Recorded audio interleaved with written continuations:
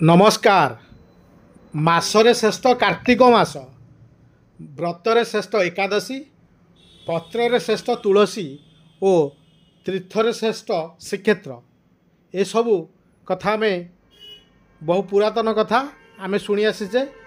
आहुर मध्य कहुए कार्तिक मासरे तुलसी मूल राधा कृष्ण बा राई दामोदर को पूजा कले बहुत पुण्य मिलता है। यह मध्य चालू रही। एवं कार्तिक मास हबिसियाल आरंभ करी श्रद्धालु माने ये पूजा करी पुण्य अर्जन करुँच। पुरी श्रीमंदिर रे कार्तिक मासरे पालित होइछि विशेष नीति। यह आश्विन शुक्ल पक्ष एकादशी ठारू कार्तिक पूर्णिमा पर्यंत पालित हुए। यही मासाधिक काल मध्यरु आश्विन शुक्ल एकादशी ठारू कार्तिक शुक्ल एकादशी पर्यंत अनुष्ठित हुए राधा दामोदर वेश। भगवान विष्णुंकर 12 मासरे जो 12टी नाम रही से मध्यरु कार्तिक मासर नाम दामोदर।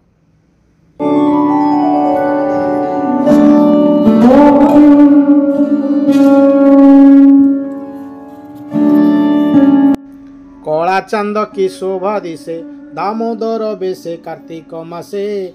कला चांद की शोभा दिसे दामोदर बेसे कार्तिक मासे। कला चांद की शोभा दिसे से कला चांद आहुरी सुंदर जेबे कार्तिक पुण्य आसे। कला चांद की शोभा दिसे। समस्त को पुणी थर नमस्कार। ये कार्तिक मासरे आपण पुरी श्री जगन्नाथंकर दामोदर वेश दर्शन करुछंती। या मध्य ग्रामांचल चलती कार्तिक व्रत। हबिशाली माने चौरा मूले मंदिर प्रांगण रे विभिन्न पूजा करुछंती। राई दामोदर वेश से आपण माने देखि परिवे, कुबुजा को देखि परिवे, सबरी कोली बिक्री देखि परिवे, राधाकृष्ण बहार ठू आरंभ करी अनेक वेश नृत्य रे पूजा चलती। यही दृश्यटी आपण माने देखुछंती खोर्धा जिला बोलगड़ ब्लॉक हाटबस्त ग्रामर श्री श्री बाबा महादेव मंदिर प्रांगण थिबा चौरा तुलसी मूलरे देखंतु। ये भिडियोटी आपन बहुत मजा लगिवो किपरि पूजा होची ग्रामांचल राई दामोदर पूजा।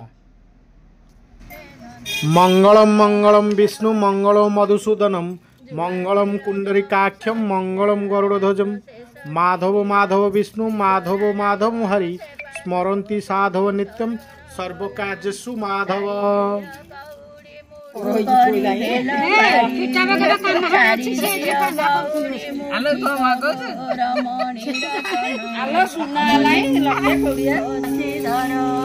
साड़ी दिया कौड़ी मुठी कगो राधा देवी गोपकु बड़राम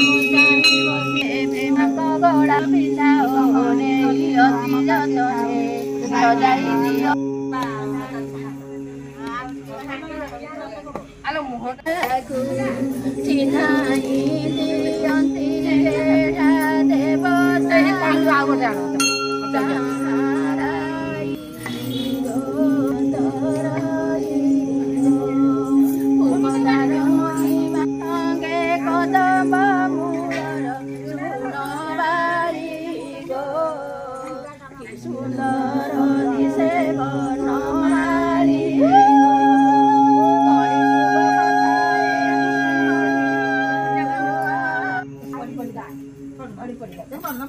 सबु मुंडरे पहले करी कर देबे जमुना मुंडरे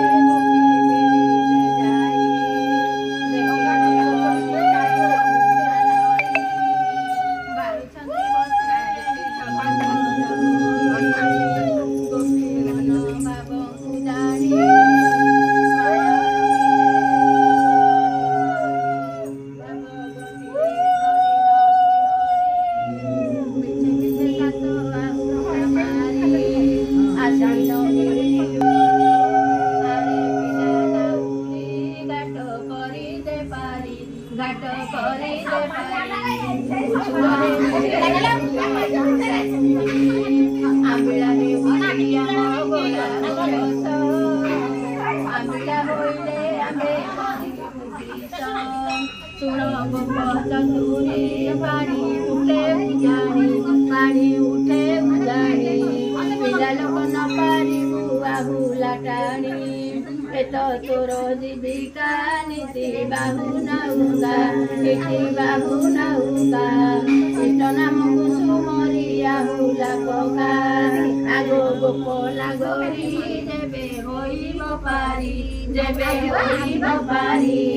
जन करी ढंगा ढंगा मो बाल के बाड़ैब गले मा बाप कह देबी मोर ढंगा ढंगा